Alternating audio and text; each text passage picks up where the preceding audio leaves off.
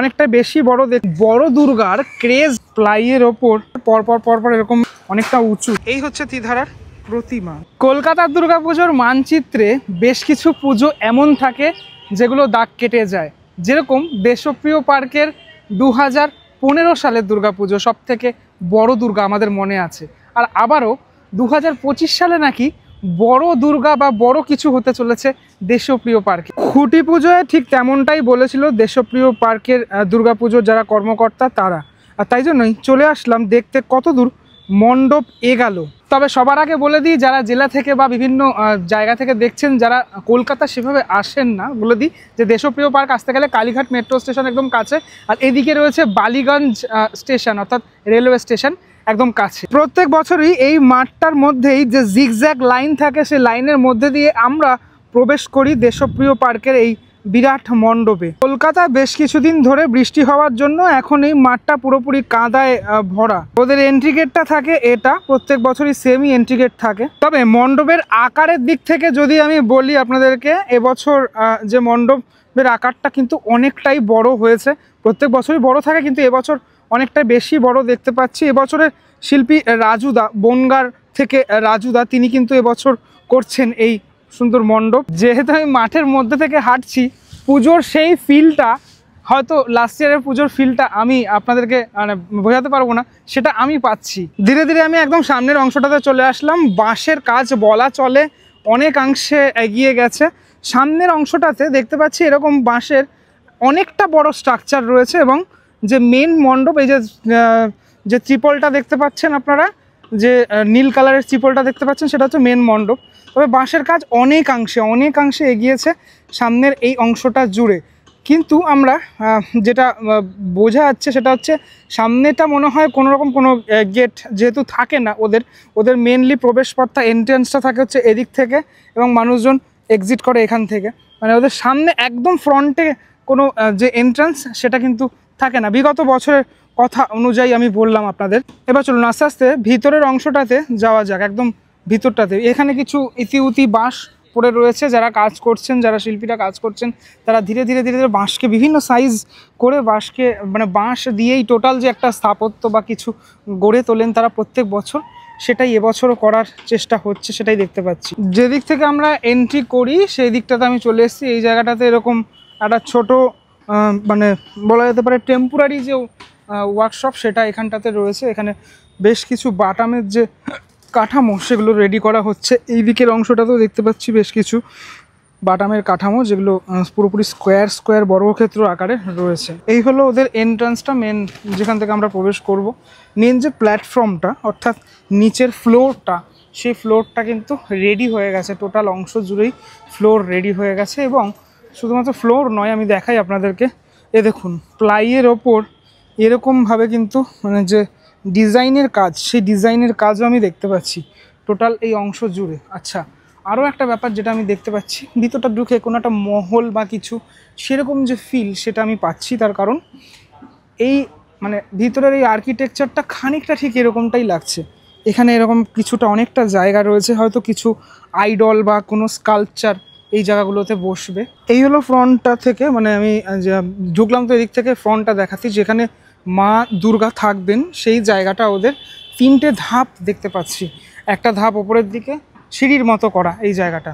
আচ্ছা, এবছর শিল্পী, ওদের যে প্রতিমা শিল্পীতে বদল হয়েছে। এবছরের প্রতিমা শিল্পী পরিমল পাল। তো শিল্পী পরিমল পালের হাত ধরে এবছরের যে মণ্ডপের যে প্রতিমা, সেটি তো হবেই। বিরাট বড় প্রতিমা হয়ে থাকে, কারণ এই জায়গাটাই অনেকটা বড়। আমি একটু পিছনটা দেখানোর চেষ্টা করি তোমাদেরকে। এই জায়গাগুলো ধীরে ধীরে এরকমটা করে রেডি হচ্ছে পুরোটা। এরকম প্লাইয়ের কাজ অনেক মানে করে এরকমভাবে রাখা হয়েছে, এখনও অবধি সেট করা হয়নি বলা চলে। এই দেখো পিলারের যে অংশগুলো, সে অংশগুলো এখানে রয়েছে, মানে বড় বড় যে পিলার যেগুলো স্তম্ভ করা হবে। হ্যাঁ, তো এগুলো যখন সেট করা হবে আরও ব্যাপারটা দেখতে আরও বেশি ভালো লাগবে। সবেমাত্র এখানে কাটিংগুলো করে ঠিক এইভাবে রেডি হয়েছে। আমার তো মনে হচ্ছে কোনো বিরাট মহল বা কোনো কিছু হতে চলেছে। কোনো স্থাপত্যই অবশ্যই জানা যাবে সেটা আর কিছুদিন পরেই। এই যে কিছুটা দেখাই তোমাদেরকে, এই যে স্তম্ভ যেগুলো তৈরি হচ্ছে, যেগুলো কিন্তু অনেকটা পরিষ্কার, মানে বোঝা যাচ্ছে ব্যাপারটা।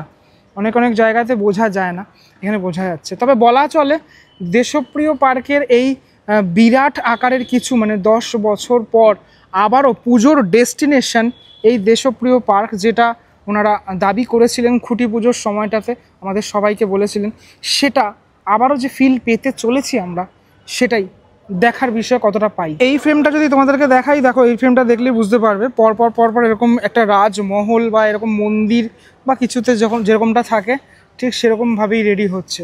এবং এই যে স্তম্ভগুলো যেগুলো বললাম সেগুলো হচ্ছে নিচের অংশগুলো, এখানটা বিভিন্ন যেগুলো বললাম আমি সেগুলো থাকতে চলেছে। আর দেশপ্রিয় পার্কে বিরাট আকারে ঝাড় থাকে একটা, সেই ঝাড়ও আমরা হয়তো সম্ভবত দেখতে পারবো এই এবছরের যে পুজো সে পুজোর মধ্যে। আরও কিছুদিন যাক, তারপরে আরও তো কাজ এগাবে। এখানে সমস্ত বাটামের কাজগুলো এবং একটা রোলের মতো একটা কিছু আমি দেখতে পাচ্ছি এরকমভাবে তৈরি করা হয়েছে, যেটাও কোথাও না কোথাও ইনস্টলের যে বসানো হবে এটাকেও। এই সাইড থেকে কিছুটা দেখানোর চেষ্টা করছি তোমাদেরকে। দেখো এই সাইডের পুরোটা অংশটাই পুরোপুরি রেডি হয়ে গেছে এভাবে। এবার এরপর রং তো হবেই, পুরোপুরি রং হওয়ার পর বোঝা যাবে অ্যাকচুয়ালি। ওদের বাইরে একটা এরকম আবরণ রয়েছে, মানে আবরণ বলতে গেলে বাঁশের যে আবরণটা, মানে ভিতরটার পরেও বাইরে একটা বাঁশের এরকম কাঠামো রয়েছে, যেখানে মেনলি মণ্ডপটা দেখতে পাওয়া যাবে মেনলি। আর দেখো এটা আমি এক্সিট করলাম যেদিক থেকে এক্সিট করে, সেখান থেকে মেনলি কিন্তু সামনে যে বাঁশের কাঠামোটা সেটা অনেকটা বড়, হ্যাঁ, যেটা অনেকটা চওড়া যেটা করা হয়েছে এবং উঁচুটাও অনেকটাই। 10 বছর পর পুজোর ডেস্টিনেশন দেশপ্রিয় পার্ক। 10 বছর আগে এই বড় দুর্গার ক্রেজ নিয়ে দেশপ্রিয় পার্ক সারা কলকাতা সহ সারা বিশ্বে বিশাল সাড়া ফেলেছিল। তাহলে 10 বছর পর আবার এই বড় দুর্গা কি হতে চলেছে? সত্যি কি বড় দুর্গা আবারও হতে চলেছে দেশপ্রিয় পার্কে, নাকি টোটালটাই মার্কেটিং স্ট্র্যাটেজি? দেশপ্রিয় পার্কের এক্সিট থেকে মানে এক্সিট করে বেরোলেই এখানে তোমাদের চোখে পড়বে ত্রিধারা, অর্থাৎ এই রোডেই ত্রিধারা সম্মিলনী রয়েছে। আর সত্যি কথা বলছি, এই পিছনের এই যে স্পন্সরসের যে কোম্পানিগুলোর যে হোর্ডিংগুলো থাকে সেটা দেখলেই মনে হয় পুজো চলে এসছে। আর সত্যি এটা এই প্রথমবার 2025-এ আমি দেখলাম। আর আমার এখন সত্যি পুজো যে ফিলটা সেটা কিন্তু মনে হচ্ছে ত্রিধারার একদম এক্সিট গেটের সামনে দাঁড়িয়ে রয়েছি। ওদিক থেকে এন্ট্রি হয়, এটা এক্সিট। এটা হলো ত্রিধারার এন্ট্রি, এখান থেকেই মানুষজন প্রত্যেক বছর এন্ট্রি করেন। এবছর দেখতে পাচ্ছি মানে প্যান্ডেলের যে পরিমাপটা সেটা কিন্তু পরিধিটা অনেকটাই বড়। এই টোটাল এই বাড়িগুলোর সামনে যেরকমটা থাকে মেন মণ্ডপটা, এমনকি এই জায়গাটাতেও টোটাল কিন্তু এরকম মণ্ডপের অংশ করা হয়েছে। আর যেটা দেখতে পাচ্ছি এখানটাতে একটা সিঁড়ির মতো করা, হ্যাঁ, এই অংশটাতে মানে এরকমটা কিন্তু আমরা লাস্ট ইয়ারে দেখিনি এই জায়গাটা, যদিও প্রত্যেক বছর আলাদা হবে সেটাই তো স্বাভাবিক ব্যাপার। ওদের মণ্ডপের সামনে এখানটাতে বিভিন্ন গেস্টরা বসে থাকেন, ওদের জায়গা এরকমটা করা থাকে। আর এইখানেও একটা এরকম গেট রয়েছে, এখান থেকে মানুষজন প্রচুর দর্শনার্থীর ভিড় হয়। আমার মনে আছে এখানে লাইন দিতে দিতে আমরা যখন এই রাস্তা থেকেই ঠাকুর দেখতে দেখতে তারপর এদিক থেকে বেরিয়ে পড়ি, মানে মেনলি এক্সিটটা করে ফেলি এখান থেকেই দেখতে দেখতে করি। মানে এরকম না ব্যাপারটা যে এখানে আমরা দাঁড়াবো ইয়ে করবো, দাঁড়ানোর সময় থাকে না, এতটাই ভিড় থাকে এখানে। মানে ওদের পুজোয় এই রাস্তা দিয়ে যেতে যেতেই তুমি দেখতে দেখতে ব্যাপারটাকে খুব মানে দৃষ্টিনন্দন লাগবে। এই জায়গাগুলো খুব সুন্দর করে প্লেস করা হয়, জিনিসপত্র থাকে, সেগুলোর জন্যই আরও বেশি ভালো লাগে। ত্রিধারার পুজোটা খুব মানে আই ক্যাচি, খুব কালারফুল হয়ে থাকে। ঠিক এই প্লেসটাতেই থাকবে হচ্ছে মা দুর্গার মূর্তি, মা দুর্গার প্রতিমা থাকবে, অনেকটা উঁচু, দেখতে পাচ্ছ কতটা উঁচু এবং কতটা বাঁশের কাঠামো দিয়ে বিষয়টাকে তৈরি করা হয়েছে। ধীরে ধীরে শিল্পীরা আসছেন, তারা এখানে কাজ করছেন। এখন তো দিন রাত এক করে পুরোপুরি কাজ চলছে ত্রিধারার এই জায়গাটাতে। ওরা আপাতত বাইরের পার্টটা এরকম বস্তা দিয়ে ঢেকে দিয়েছে, মানে ইন্টেরিয়র কাজ শুরু হবে, একদমই শুরু হবে। এই রাস্তাটা না খুব মানে গাড়ি চলে, তার জন্য খুব দেখে শুনে ব্যাপারটা করতে হচ্ছে আমাকে দাঁড়িয়ে পড়তে হচ্ছে মাঝে মাঝে। ওদিকে আর একটা গেট রয়েছে, এই এক্সিট গেটের এই জায়গাটাতে। ভিতরের অংশটাতে চলে আসলাম। এই ঠিক এই জায়গাটাতেই থাকবে হচ্ছে মাতৃ প্রতিমা, এবছরের মাতৃ প্রতিমা।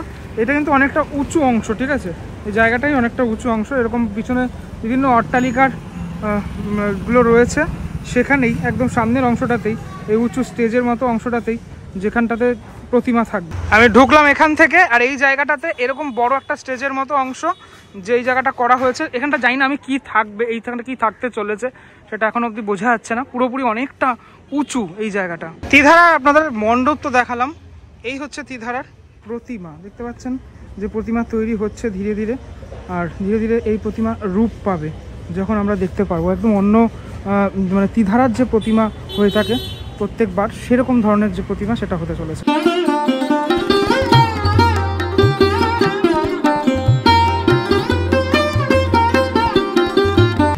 একদম পিছনে খড় রয়েছে, সেই খড় দিয়ে টোটাল মায়ের যে প্রতিমা সেই প্রতিমাটা তৈরি হয়েছে, মানে একটা চালচিত্রের মধ্যেই কিন্তু এটা। হ্যাঁ, ভালো করে দেখুন, এখানে সবাই একসাথে রয়েছেন আর প্রতিমাটা কিন্তু খুব সুন্দর হতে চলেছে যেটা আমি জানতে পারলাম। একদম টোটালটাই এখন পিছনের চালচিত্রের অংশটা থেকে শুরু করে সবটাই এখনও বাকি রয়েছে, অনেকটাই কাজ বাকি রয়েছে, সবেমাত্র মাটির কাজটুকুই এখানে দেখতে পাচ্ছি এবং এই হচ্ছে সিংহ রয়েছে এখানে। এই পুজোর আগে এই অংশগুলোতে যখন বাঁশ বাঁধে কাকুরা, ঠিক আছে, এই পাড়ার বাঁশ বাঁধা হয় মানে পুজোর আগে, এগুলো একটা আলাদা ফিলিংস। মানে আমরা যখন ছোটোবেলাও থাকতাম তখন স্কুল থেকে ফেরার পথে এগুলো যখন দেখতাম তখন বেশ মজা পেতাম। তো যাই হোক, এই হলো ব্যাপার। এখানে কিন্তু শুধুমাত্র মানে বাঁশের কাজ না, সাথে সাথে এরকম যে লোহার, সেই লোহারও কাজও হচ্ছে অনেক, দেখতে পাচ্ছি আমি। বেসিকলি মানে বেসিক যে ব্যাপারগুলো সেগুলো হচ্ছে। যাই হোক, এই ভিডিওটার মধ্যে দেখানোর চেষ্টা করলাম আমি আপনাদেরকে, শুধুমাত্র ত্রিধারা নয়, আমি দেশপ্রিয় পার্ক এবং ত্রিধারা দেখানোর চেষ্টা করলাম। কেমন লাগলো ভিডিওটা সেটা আমাকে অবশ্যই জানাবেন। পরবর্তী ব্লগে দেখা হচ্ছে খুব শীঘ্রই, ততক্ষণের জন্য বিরতি নেবো। ভালো থাকবেন সবাই, টাটা।